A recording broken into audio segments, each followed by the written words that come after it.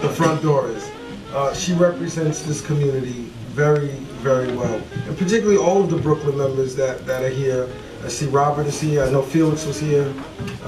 I actually left many of your other Brooklyn Assembly members. We had a fundraiser for the Democratic Assembly Campaign Committee, and that's really what took me so long to get here with the weather. I got a long and slow tour of Brooklyn, as it took us about an hour, I'd say, to get from Livingston Street here.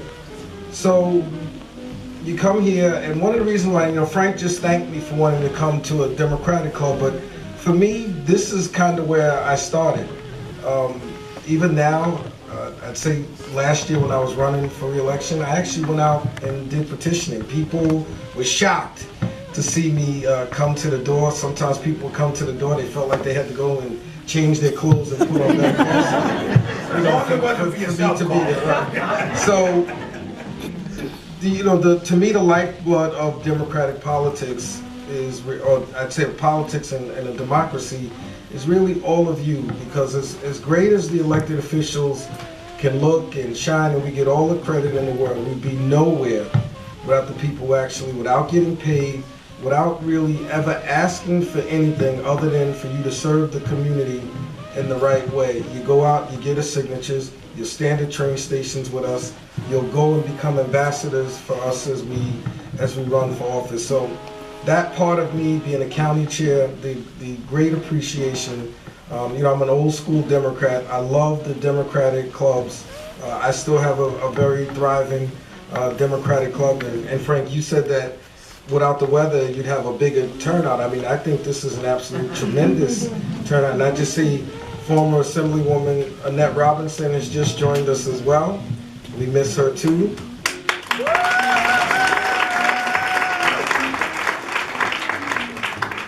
So, a couple of years ago, and with Frank's help and assistance, Brooklyn gave me a shot.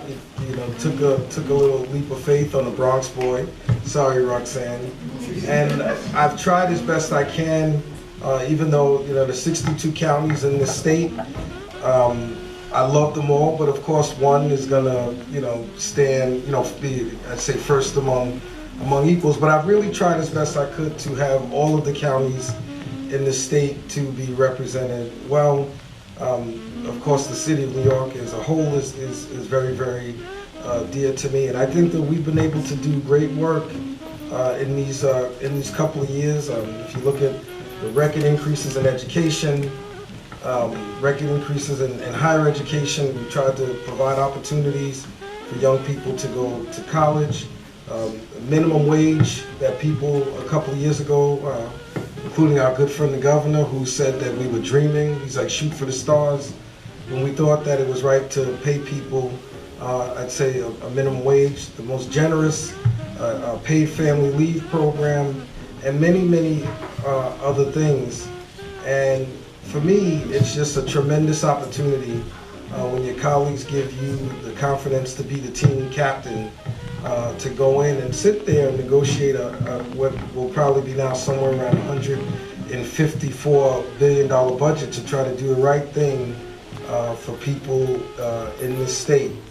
And many times people have said, yes, I'm the first African American to hold this position, but I really say to people, if that's what people are going to remember me for, then I didn't do my job, because the job that I want to do is I want to try to do the right thing by the 19 million people who call New York State their home.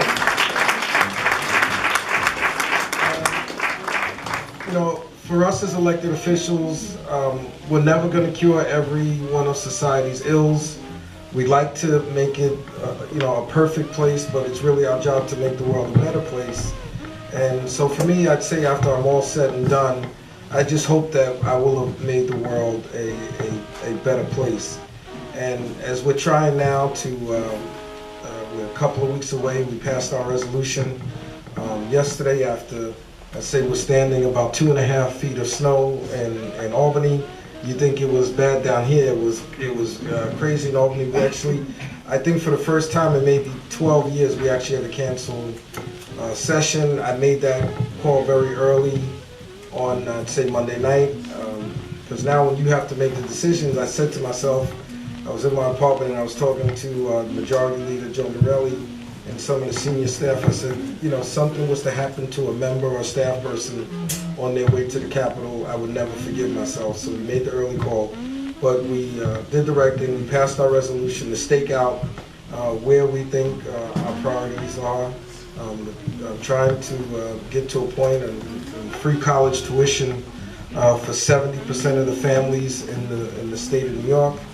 We want to continue to have more education so that all of the young people, and I see some of the young people here, can try to live out their dream to be whatever it is that they want to be in this life. And I'd say on the personal policy issue, for New York State to be one of the 2 states joining North Carolina, we're the only 2 states that still treat 16 and 17-year-olds as adults when it comes to the criminal justice system. And I've fundamentally said, if we believe that 16 and 17-year-olds are children, they're still developing, they can't get a license, they can't vote, they can't buy a pack of cigarettes, they can't defend this country, and they can't, of course, they still would have a few more years. So if all of those things we feel they're not, I'd say, have the maturity to make those decisions, why, when they make mistakes, would we treat them like adults as well? And that's become a major policy issue for us. And at an earlier event, I thank Joe Lenthal, who's a Brooklyn Assembly member, who was the chair of our Codes Committee. And I said at this event that Joe Lenthal has carried the Raise the Age bill for 10 years before many people were ever really talking about how important this issue was. So that's just the way to show all of you, I guess, is the smarter people in Brooklyn, right? I thought I'd get a bigger So, I did want to come out here and, to Brooklyn, and as I said before, yes, the Bronx is my home, but I promised that I'd try to be as many places as I possibly could.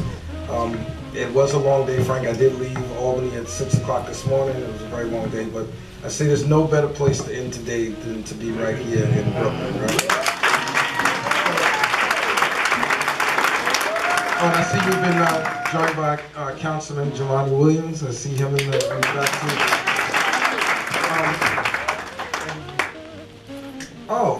Who I waved to. I don't know if you saw me waving to him out the back of the car when I saw him around 250 Broadway, Councilman David Greenfield. Did you see me waving to you out the back of the car? I was impressed that you're driving your own car. No, that wasn't me. That wasn't me. I think in the tent that I saw you on the corner and I waved at you. So Frank, I don't know how you want to do this with me. I could talk on and on, but if people want to ask me questions, give me comments, your criticisms. Let me start with the questions that are sure. And I think one is, we think it's a disgrace that the governor had to go back and forth and not allow the Assembly and the Senate and the legislature to get a raise this past year. I don't know how you felt about it. And if there's a way that you guys can put it right into the budget, bring them, put it in and let them play around with it. Because it's unacceptable that 17 years could pass and people who are taking jobs, and no disrespect to the members of the Department of Sanitation who are going back and forth to Albany, make less money than someone who picks up our garbage on the streets of the city of New York. And with no disrespect to the sanitation guys, but it's unacceptable that our legislators have to be treated in this way. And I hope that Thank you, Frank. I'll say there's many ways and places that we try to work with the governor. He's a Democratic governor, and I'd say in 80% of policy issues we agree with him, but sometimes he governs by editorial and by poll. And you know, the polls say most people, not here in the city but around the state, actually, when we did a poll, many of the people in the city of New York actually believe that legislators deserve to be paid based on the work that you do. And I think one of the problems that we have is, and I've challenged this even to the newspapers, that unfortunately they only report the bad things that happens or when someone gets in trouble. They never put the good things in the paper that we do, and if we do, it's in page 45 in between some other bad things that may have happened, so that nobody really pays attention. And just the other day I said to,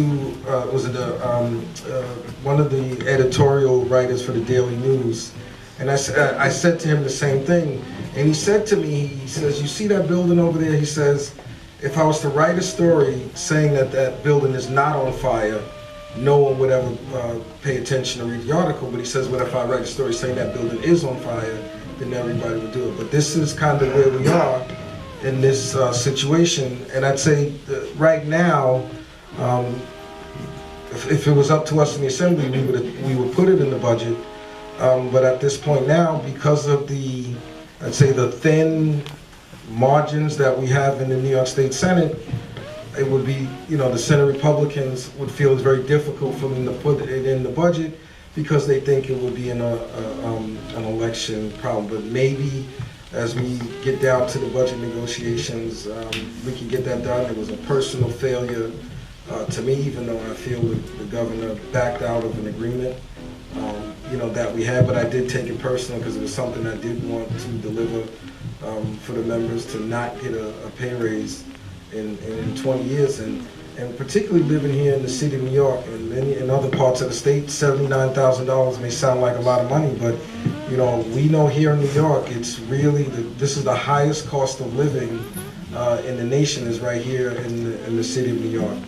So hopefully we can work it out. I don't know how confident I am that you know, he'll do it, or the Republicans and the Senate will look to do it, because I'd say their survival is probably a little more important to them, because a lot of their members don't live in New York City, and the ones that do live in New York City and Long Island actually have other sources of income. And it's most of the legislators here in the city who have made this a full-time job, and for anybody, you know, it's always said that it's a part-time job, and probably, you know, preaching to the choir here, because for Democratic club members, you know how hard your elected officials work. And I've challenged the press, you know, follow an elected official for an entire week and see if you believe that this job is a part-time job. But it's better to write bad things about us that sells newspapers than to write good things about the good things that we do. And one other thing that a little spoken about, but really important. Most political organizations, or for that matter the city, had a tough time getting workers to work on the polls on election day. A big part of that is the cost, the payment that's given to them. Two things happen with it. One is once it went over $600, so you might know they pay $200, right. But it goes over $600, they have to report that income tax on it. And a raise in that area is really something long overdue. And if that's something that you guys can consider this year, I think it would be very helpful for all of the our situation with regard to really good people working the polls. Not to put our city council members here who are on the spot. You can put them on the spot.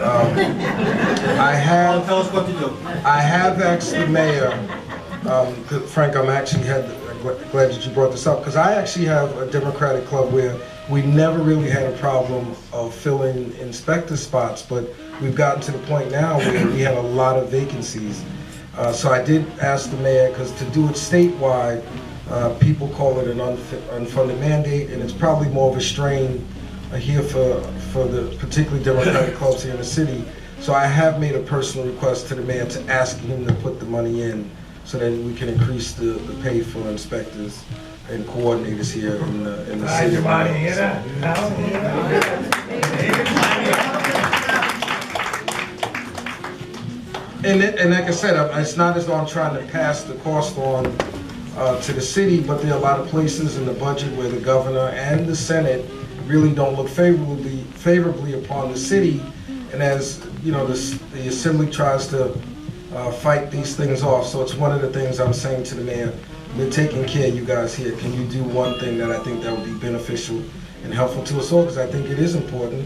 We have citywide elections. The mayor, the borough presidents, the controller, the public advocate, and of course, council members have to be reelected. So I think this is a good way and a good reason to make sure that we have enough people to work the polls and good and qualified people to work the polls. You on the floor as a member of the New York State Assembly as well, and we are indeed very proud of you. I want to ask this question in regards to Thursday. The governor was in Brooklyn. The governor was in Brooklyn, and the mayor was in Brooklyn, and they made some pronouncements in regards to some things that are going to be going on. Could you tell us exactly? Are you aware of what the governor said on Thursday? You talked about approximately $1 billion coming into Central Brooklyn community. I'm sorry? 1.4, but well, I said a billion. Okay. So anyway, yeah. So yes, over $1 billion coming into the Central Brooklyn community, and as well as the pronouncements along with the free college education and whatnot like that. How is that manifesting itself in the budget that y'all are putting together now? Well, let me just, it's a culmination of a bunch of things, particularly the money for the hospitals. That was stuff from prior budgets.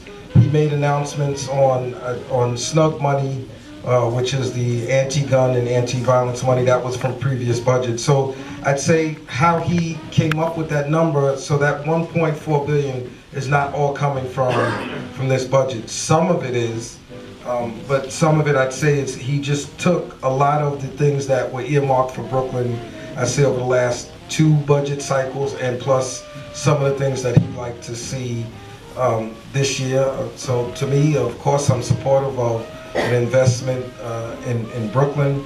I think it's good, particularly, and it should always be good when mayors and governors are fighting to be good to you. And so it's never a bad thing. Executives have a tremendous amount of power, because even the things that we as legislators pass, they have to execute it and make sure that the funds are released. And so to me, and personally, as long as, and he met with the I'd say the Assembly Brooklyn delegation, and as long as they're happy, I'm happy.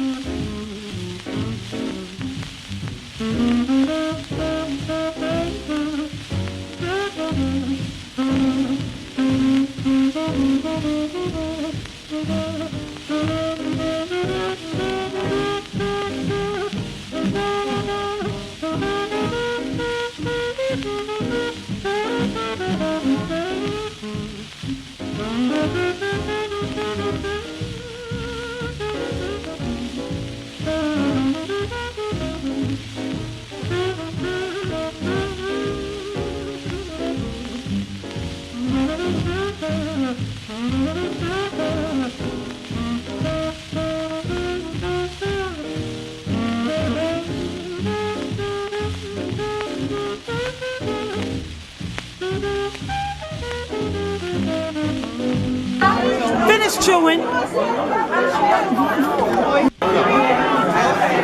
Hey, wait a minute. I didn't even know she was doing that. Paparazzi, that's the paparazzi. Yeah, that's the pop. You want to get out there, picture? Oh, man. Okay, good.